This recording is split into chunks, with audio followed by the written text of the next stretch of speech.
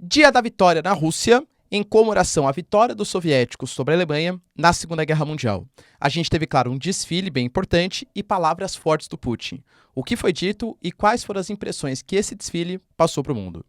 Notícias importantes também relacionadas ao Lula, que vai receber o Mark Rutte, que, para quem não conhece, é o primeiro-ministro dos Países Baixos, e dentre outras questões, devemos ter, finalmente, né, a tentativa de um aprofundamento das relações do acordo Mercosul e União Europeia e também a discussão se o Brasil deve ou não mandar armamento e munições para os ucranianos. Notícias importantes também relacionadas a Prigozhin, mais uma vez ele, que faz um vídeo longo, pessoal, de 27 minutos, destacando, dentre outras questões que a gente vai analisar no vídeo, mas acho que assumo aqui, né, que o vovô é um maluco e que acha que está tudo bem na guerra. A grande questão é, quem é o vovô que ele está falando? Será que é o Putin? Vamos dar uma analisada. E também a gente tem o Olaf Scholz.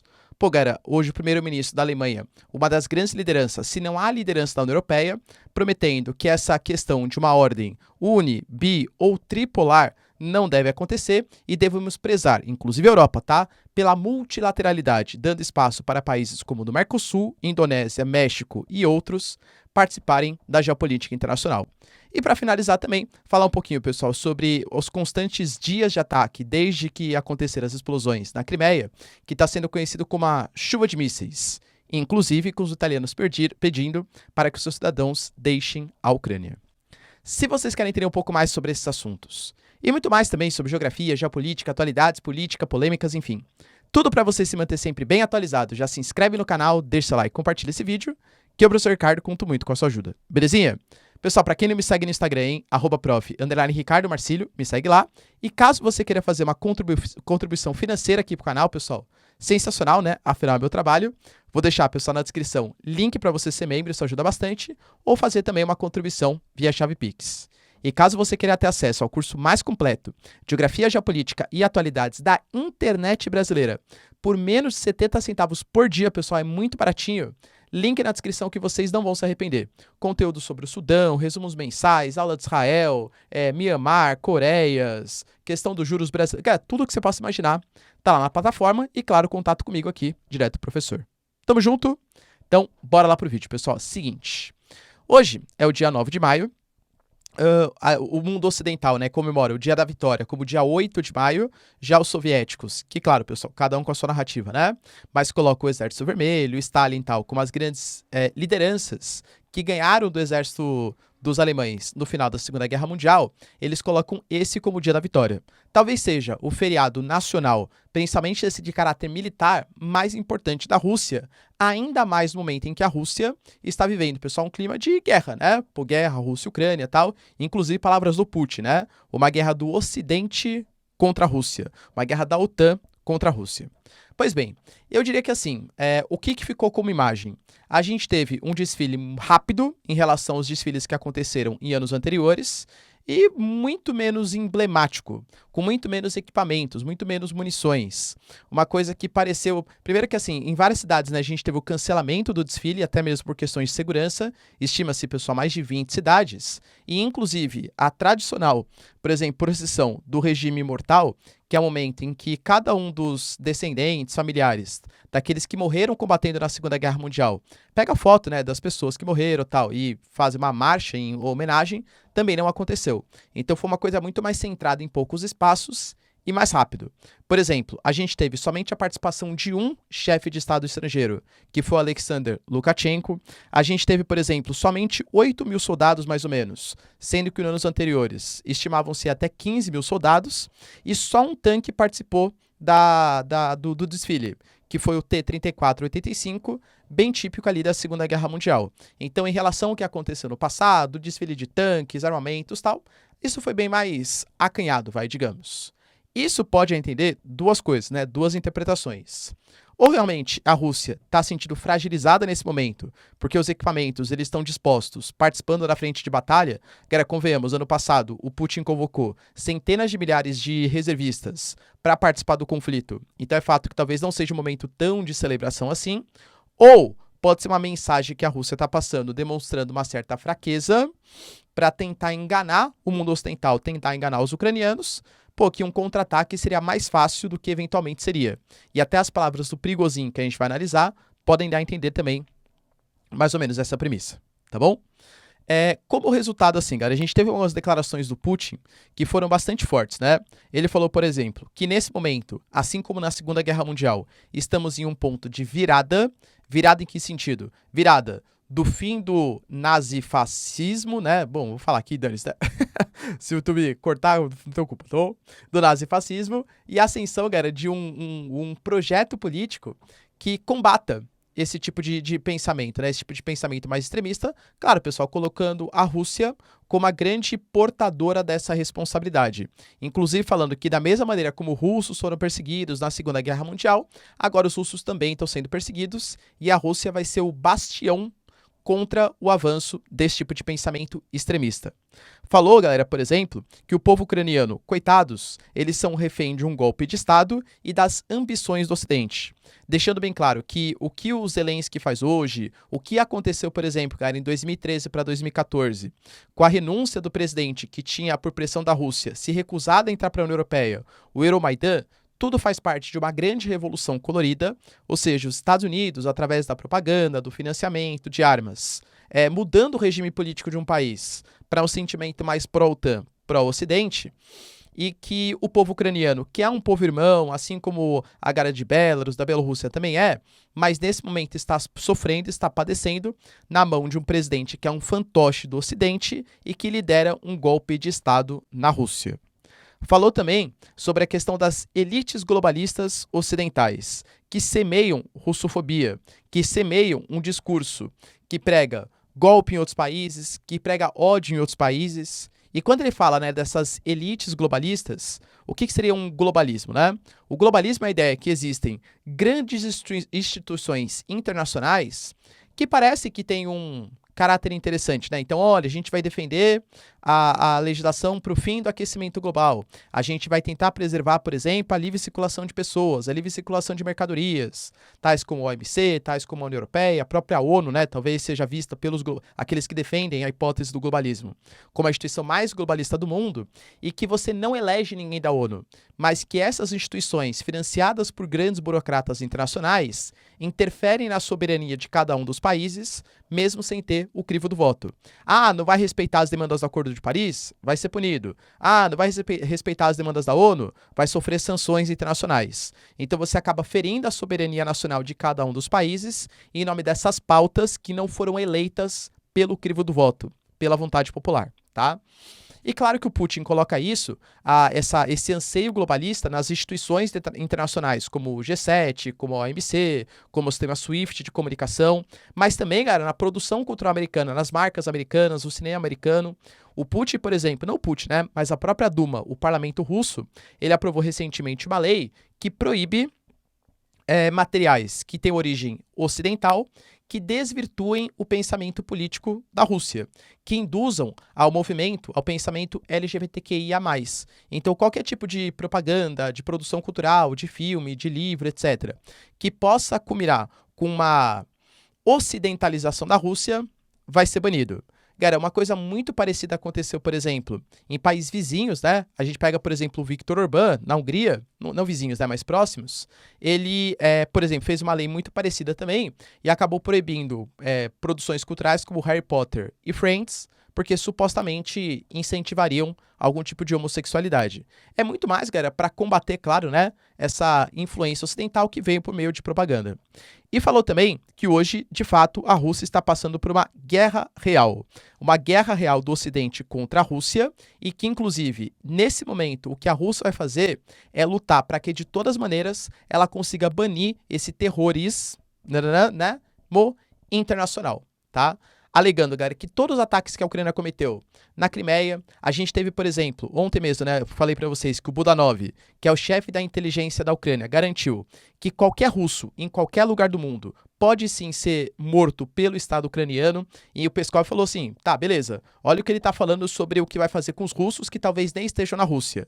E aí, Ocidente, o que você vai fazer contra a Ucrânia? Isso não é um terrorismo, né, uma coisa terrorista, né, enfim. Percebe? Então, a Rússia está se angariando, pessoal, nesse tipo de declaração. E no tipo de atitude mesmo que a Ucrânia vem tomando, né? A gente não sabe quem foram os drones ali que atentaram contra o Kremlin. Mas vamos falar que foram os drones, o drone foi ucraniano. tá? A Ucrânia não confirma. Mas também seria um desses atentados. Então foi um discurso que repetiu muito, tá? O que já foi falado no discurso do ano passado, em outros discursos do Putin, mas que foi forte e enfático. Garantido que sim, pessoal, existe uma luta hoje da Rússia contra o Ocidente e que a Rússia vai impedir essa ocidentalização e a tentativa do Ocidente de ser unipolar, de ter o seu único modelo de pensamento com o modelo de pensamento correto. Tivemos notícias importantes também, galera, relacionadas a uma visita que vai acontecer hoje, né, do Mark Rutte. Eu tô gravando esse vídeo, ainda não aconteceu, a visita tá proposta para as 4h30 da tarde, tá? Que é o primeiro-ministro dos Países Baixos, fazendo uma reunião com o Lula, no Itamaraty. Na prática, para que vai se estabelecer essa reunião? Vai lembrar, pessoal, que os Países Baixos hoje são dos principais parceiros comerciais do Brasil, são dos principais investidores estrangeiros de capitais do Brasil. Então, são países importantes. A gente tem até, por exemplo, uma parceria entre o porto de Pecém e o porto de Roterdã, dois portos extremamente movimentados, circulação de capitais. E é fato que, por exemplo, os Países Baixos, mais uma vez, estão tentando colocar o acordo Mercosul-União Europeia para valer, sendo que, na prática, os movimentos verdes, alguns países como a França, por exemplo, alegam que não vão assinar o acordo de livre comércio com o Mercosul, principalmente com o Brasil, porque o Brasil incentiva o desmatamento e o desrespeito aos povos originários. A gente sabe, pessoal, que tem um quesinho, na verdade um quesão, né, de protecionismo em relação aos agricultores nacionais, tá? E a gente sabe também que o Brasil, ele está tentando se colocar como essa nova liderança do Mercosul. Pô, galera, seria importante para o Brasil que, de fato, o Mercosul conseguisse avançar em algum tipo de acordo. Por quê? Porque, vamos ser sinceros, o Mercosul está um pouco parado, galera, está um pouco caótico hoje, né? A gente tem, por exemplo, o Uruguai muito afim de fazer um acordo unilateral com os chineses. Só que não pode, porque se fizer um acordo unilateral com os chineses, como o Uruguai está no Mercosul, é como se o Mercosul inteiro fizesse um acordo de livre comércio com os chineses, o que é proibido sem a anuência de todos os países membros, claro, tá? Então, o Lula tentar buscar realizar esse acordo Mercosul-União Europeia pode fazer com que países que têm um caráter um pouco mais liberal hoje, como o próprio Uruguai, liderado pelo Lula Calipou, se sintam um pouco mais felizes em fazer parte do Mercosul, tá? Então, é uma tentativa do Lula também de modernizar um pouco o nosso bloco econômico. E também, galera, ele vai vir para o Brasil, segundo palavras dele mesmo, tá? Para mostrar para o Brasil que a luta, guerra entre Rússia e Ucrânia não é apenas uma questão entre dois países. É uma questão entre dois tipos de pensamentos. É uma luta entre segundo ele, tá, pessoal? Aliás, isso é bem importante, tá? Às vezes eu dou declarações aqui que os caras, tipo, os ucranianos, os russos fizeram. Nossa, o professor está defendendo a Ucrânia, o professor está defendendo a Rússia. Galera, segundo palavras dele, tá? Tô passando aqui para vocês a informação. Que é uma luta em que o Brasil não pode ficar omisso, porque é uma luta da democracia ocidental contra a opressão oriental. Ou seja, em uma eventual vitória da Rússia, que ele diz que não acredita, poderia representar o próprio fim da Europa. Porque, convenhamos, né? Tem a Rússia, a Polônia, já chega na Alemanha, Europa Ocidental. Então, há sim o medo da União Europeia, externado agora pelo primeiro-ministro dos Países Baixos, em relação a uma possível vitória dos russos. Outra notícia, cara, que mexeu, e aí parece que é fita quebrada aqui, né? Fita repetida. Se bem que fita eu mostrei um pouco a minha idade, hein, pessoal, tá? Mas é um CD também, né? Mas é uma repetição, digamos assim. O Prigozhin, para quem não sabe, é a grande liderança do grupo Wagner, um aliado do Putin, ou talvez ex-aliado do Putin, ele mudou de novo suas ideias, suas posições e deu mais uma declaração, um vídeo, aliás, gravando vários na sequência, hein? Dessa vez, pessoal, um vídeo de 27 minutos, em que, entre outras declarações, ele deixa bem claro. Primeiro, existe um vovô que acha que está dando tudo certo pelas suas declarações, mas eu não posso fazer com que o grupo Wagner se mobilize e lute, sendo que é um vovô maluco, um vovô idiota que está comandando a Rússia nesse momento. Quando ele fala comandando a Rússia, a gente não sabe, galera, se é comandando a Rússia do ponto de vista militar, e poderia ser uma crítica ao Shoigu, ao Gerasimov, tá? Ou se é uma crítica ao vovô master, entre aspas, né? Que é o Putin, próximo dos seus 70 anos de idade. Quem é? Realmente não sabemos, e o Prigozhin também não falou, tá? Mas ele que tinha falado, né, que tinha ficado um pouco feliz porque o Shoigu e o Gerasimov resolveram que ia mandar armas, anunciou que os equipamentos não chegaram, tá? E que hoje ele só conta com cerca de 10% do que seria necessário para manter o grupo Wagner em Soledar, em Bakhmut. Falou também que os soldados russos eles estão abandonando os flancos, ou seja, a área que cerca Bakhmut e Soledar, que traria uma proteção para o grupo Wagner, e isso faz com que o grupo Wagner fique desprotegido, fique exposto para um eventual contra-ataque dos ucranianos. Olha a tática que pode estar rolando, né? Ah, quer dizer então que os soldados russos estão abandonando os flancos. E a Ucrânia então deve tocar por essas posições? E aí, pessoal, será que é propaganda do perigosinho? Vamos ver, tá? Falou mais também que ele abandonar seria traição, por isso o grupo Wagner não vai sair do Bakhmut, pelo menos no momento, mas que se a Rússia não se preocupar com seus homens do grupo Wagner, ele vai ser obrigado a abandonar, porque ele não vai ficar combatendo sozinho, e que inclusive se as armas, equipamentos, munições tivessem chegado no momento correto, o grupo Wagner já teria avançado em Vuhledar, em Kramatorsk e Sloviansk. Ou seja, já tinha dominado grande parte da região hoje, que é mais benquista, né, que é requerida pelos russos.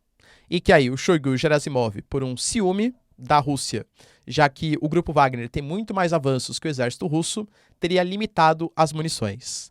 Foram críticas graves, críticas severas. E aí que eu falo pra vocês. Dá pra acreditar, pessoal, no Prigozhin? Ele anunciou que ia sair. Não saiu. Ele anunciou que as munições iam chegar. Não chegaram. E aí? Será que o Kadyrov da Chechênia, que vai ocupar essas posições, será que ele de fato ia sair, mas com a presença do Kadyrov, ele percebeu que ele poderia perder um pouco de representatividade política numa Rússia que tem um complexo sistema político de novas lideranças que devem surgir pós-era Putin? Cara, não sabemos, são questões abertas. Mas criticar o vovô, sabe-se lá quem é o vovô, pegou um pouco pesado aí, tá? Lembrando que a Rússia, em geral, não aceita críticas nos membros de alto escalão. Outra notícia, galera, que eu achei bem interessante trazer aqui pra vocês, tá ligada a uma declaração do Olaf Scholz que ele fez na França, inclusive, tá? Inclusive contrariando as declarações do próprio Emmanuel Macron. O Macron, recentemente, quando teve viagem à China, ele voltou à China, e bem naquele momento, né? Era o momento em que a presidente de Taiwan tinha feito uma visita ao Kevin McCarthy e a China, em resposta, tinha feito uma série de exercícios militares. E aí cobraram, ô Macron, e aí? Pô, enquanto você estava lá, conversando com o Xi Jinping estava fazendo exercícios militares em Taiwan, que é um aliado do Ocidente, que é um aliado dos Estados Unidos. E a França, como vai se portar nessa? O Macron falou, nós não iremos comprar briga, nem dos chineses, nem dos Estados Unidos. Em relação a Taiwan, em relação à China e Estados Unidos, a França e a União Europeia será uma terceira via estratégica. Não compraremos briga de ninguém, o que inclusive decepcionou bastante as posições norte-americanas, tá? Mas o Olaf Scholz hoje ele deu uma entrevista um pouco diferente, tá?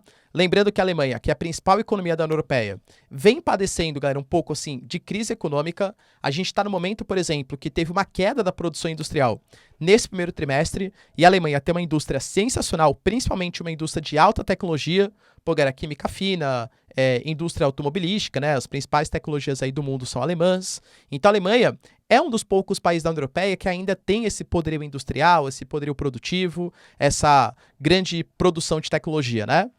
E o Olaf Scholz, com essa crise, talvez uma tentativa de aproximar não só a Alemanha, mas toda a União Europeia de outros países, percebeu e confirmou a importância da multilateralidade. Inclusive, só para já referendar, o Brasil foi escolhido como sede, na verdade o Rio de Janeiro, né, o Brasil como todo, claro, como a sede do G20 2024, hein?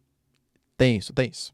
Mas voltando. E ele falou que nesse momento a ordem mundial que está se colocando não é uma ordem mundial em que a Europa tem que se colocar como uma terceira via, ou seja, como uma terceira grande potência internacional. Porque hoje o mundo é muito mais complexo que isso. Ele fala assim, olha, aqueles europeus que ainda acham que temos que fazer um acordo com o Mercosul, com a Indonésia, com o México, com os países emergentes, acordos benéficos para a Europa e maléficos para esses países ou para essas corporações, estão enganados. Não dá mais para ter esse sentimento colonialista. Hoje a Europa ela tem que se colocar junto num palco de multilateralidade também com os países emergentes, dando a entender que a configuração atual do mundo não é China, Estados Unidos e Europa, e sim China, Estados Unidos, Europa, Rússia, Mercosul, União Africana, Indonésia e outros países. Cara, óbvio que isso é muito mais discurso, né? Principalmente numa tentativa de aproximar a União Europeia de outros países, talvez até para fechar novas parcerias com a Índia, por exemplo, enfim, acordos de livre comércio, mas no discurso, confesso que eu achei até um pouco interessante. Ah, professor, que inocente. Eu sei, tá? E para finalizar, falar um pouquinho também, galera, sobre a chuva de mísseis que vem acontecendo, né? Pô, galera, tá praticamente uma semana já e vem atingindo, principalmente, a gente fala chuva de mísseis, mas são mísseis, mas principalmente drones também, tá? Atacando ponto de infraestrutura, de energia, de transporte, que vem acontecendo desde que a Ucrânia atacou a base ali na Crimeia e explodiu um reservatório de combustível que abastecia 60% da frota russa do Mar Negro. Desde então, galera, os ataques eles continuaram, né? Até o próprio prefeito de Kiev falou ontem que foi o ataque mais forte desde o início dos conflitos e a própria Itália pediu para que os seus cidadãos abandonem o território ucraniano.